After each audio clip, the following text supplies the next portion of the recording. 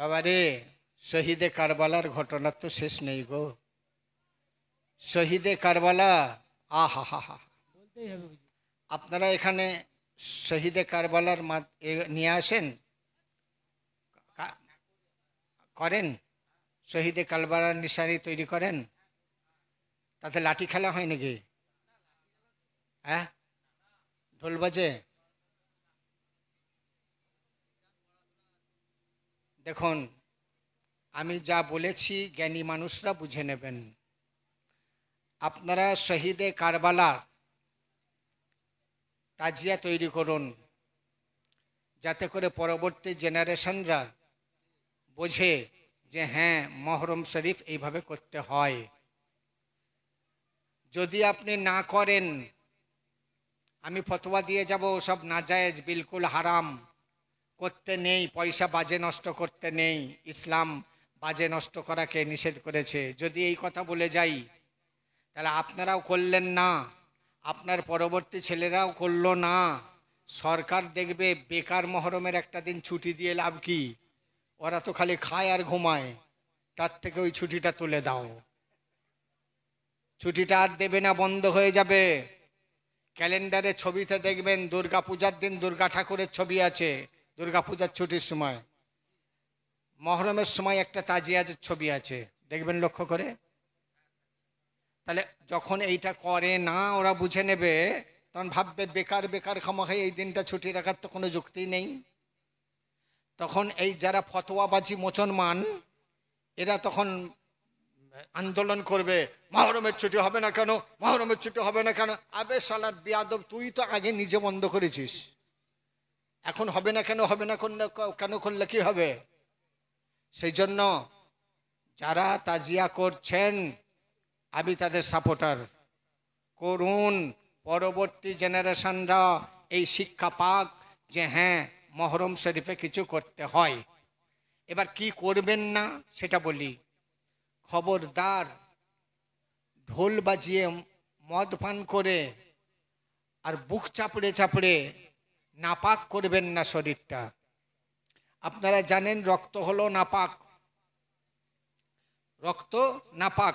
মা বোনেরা, বাড়িতে জামাই আসছে, মুরগি জবাই করবেন তো দুটো মুরগি, কারণ ছোট ছোট মুরগি তো দুটো করবেন, না হলে জামাইয়ের সাথে আরও লোকজন যারা আসছে মেকআপ হবে না। আর বড় ফ্যামিলি, দুটো মুরগি জবাই করতে হবে। তো যে চাচিকে দিয়ে জবাই করাচ্ছেন, ও চাচির হাতে একটা ছুরি দিয়েছেন আর দুটো মুরগি রেডি রেখেছেন। একটা মুরগি জবাই হওয়ার সাথে সাথেই ওই ছুরিটাকে ধুয়ে নিতে হবে। ওই রক্তমাখা ছুরি দিয়ে আর একটা মুরগি জবাই করলে ওটা হালাল হবে না, হারাম হবে। এই ফতোয়াটা আপনাদের শুনিয়ে দিলাম, মাথায় রাখবেন। রক্তমাখা ছুরি দিয়ে আর একটা মুরগি জবাই করা যাবে না। ওই ছুরিটা ধুয়ে যতবার জটা মুরগি জবাই করবেন প্রতিবার ধুতে হবে, প্রত্যেকবার ধুতে হবে। আপনারা ভাই সাহেবরা যারা শুনছেন, যে মুরগির গোশত দোকান থেকে কাটা গোশত কিনবেন, লক্ষ্য করবেন ও জবাইটা কে করছে, এবং একদিন ফলো করবেন। যেদিন মাংস কিনবেন না, হয়তো গেছেন বাজারে, ফলো করবেন রক্তমাখা ছুরি দিয়ে আর একটা জবাই করছে কিনা। যদি করে, ওই দোকানের মাংস কিনবেন না। আপনিও হারাম খাবেন আর আপনার বাল বাচ্চা সবাইকে হারাম খাওয়াইয়ে যাবেন, আল্লাহর কাছে হিসাব দিতে পারবেন না। সেই জন্য যদি কাউকে এমন দেখেন যে রক্তমাখা ছুরি দিয়েই জবাই করলো, তো আপনি মাংস ওখান থেকে ওদিনে কিনবেন না তো ঠিকই, কিন্তু তার কানে কানে বুঝিয়ে দেন যে ভাই, তুমি যেটা করছো এটা ঠিক না, আল্লাহর কাছে তোমাকে হিসাব দিতে হবে, কত মানুষকে হারাম খাওয়াচ্ছ। যতই কলমা পড়ুক, কলমা পড়ে মদ খেলে জায়েজ হবে? তাহলে সে ছুরিতে রক্ত লেগে আছে, তা দিয়ে যদি আরেকটা করা হয়, যতই কলমা পড়ুক হবে না, হারাম হবে। তাই মহরম শরীফে আপনি জারি গান যে আছে, জারি গান আপনি গাইতে থাকুন, সবাইকে নিয়ে গাইতে থাকুন, মাইকে গাইতে থাকুন, লোক জড়ো করে গাইতে থাকুন। লোক সমাগম বাড়াবার জন্য যদি আপনাকে শরবত বা খিচুড়ি দিতে হয় তাও দেন, বহু মানুষ শরিক থাক। এই জারি গান গাওয়া ভালো। কেন?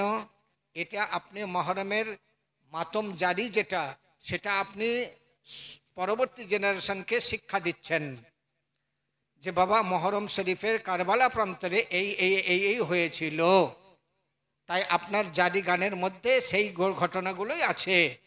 সুতরাং এটা গান, এটাও সওয়াবের কাজ, কারণ নওয়াসায়ে রসুলের শানে আপনি তার মাতম করছেন, এটা সওয়াবের কাজ। কিন্তু খেয়াল রাখবেন আপনার শরীরটা পাক আছে না না পাক আছে।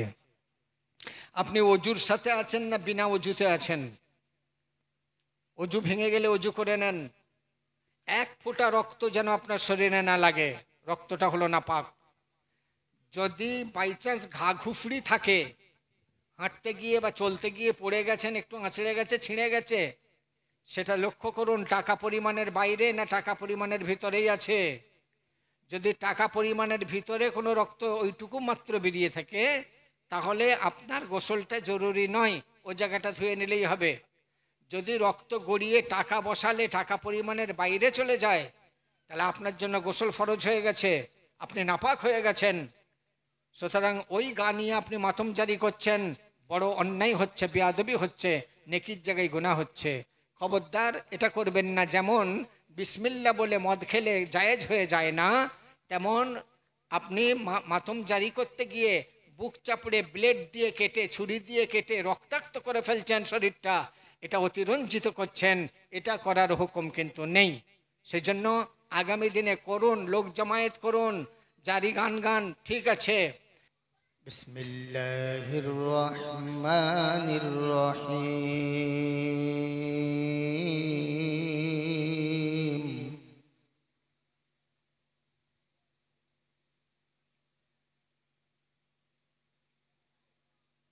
কুল্লু মান আলাইহা ফান।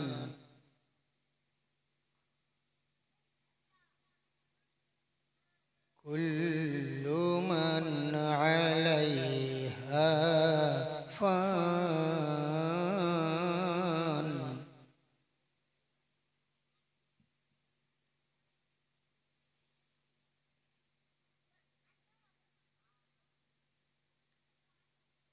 কুল্লু মান আলাইহা ফান ওয়া ইয়াবকা ওয়াজহু রাব্বিকা যুল জালালি ওয়াল ইকরাম।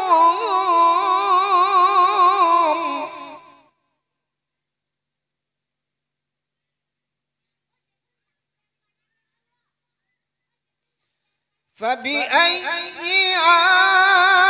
آلاء ربكما تكذبان.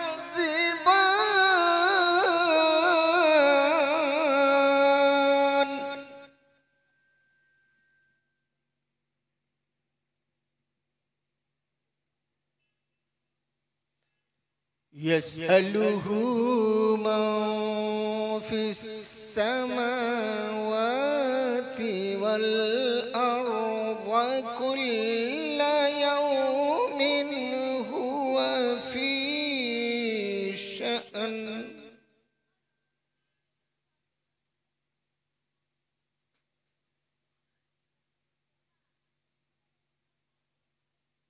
فبأي آلاء ربكما تكذبان. سنفرغ لكم أيها الثقلان.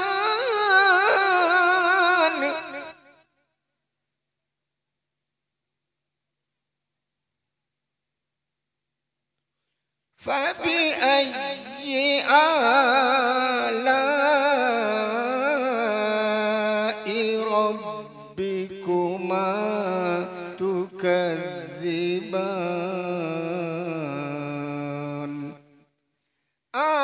آمنت بالله صدق الله العظيم. ما محمد أبا أحد من رجالكم ولكن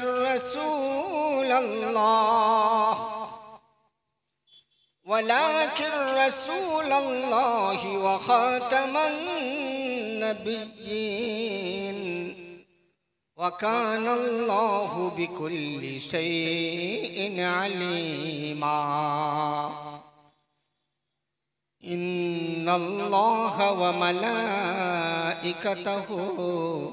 يصلون على النبي يا أيها الذين آمنوا صلوا عليه وسلموا تسليما اللهم صل على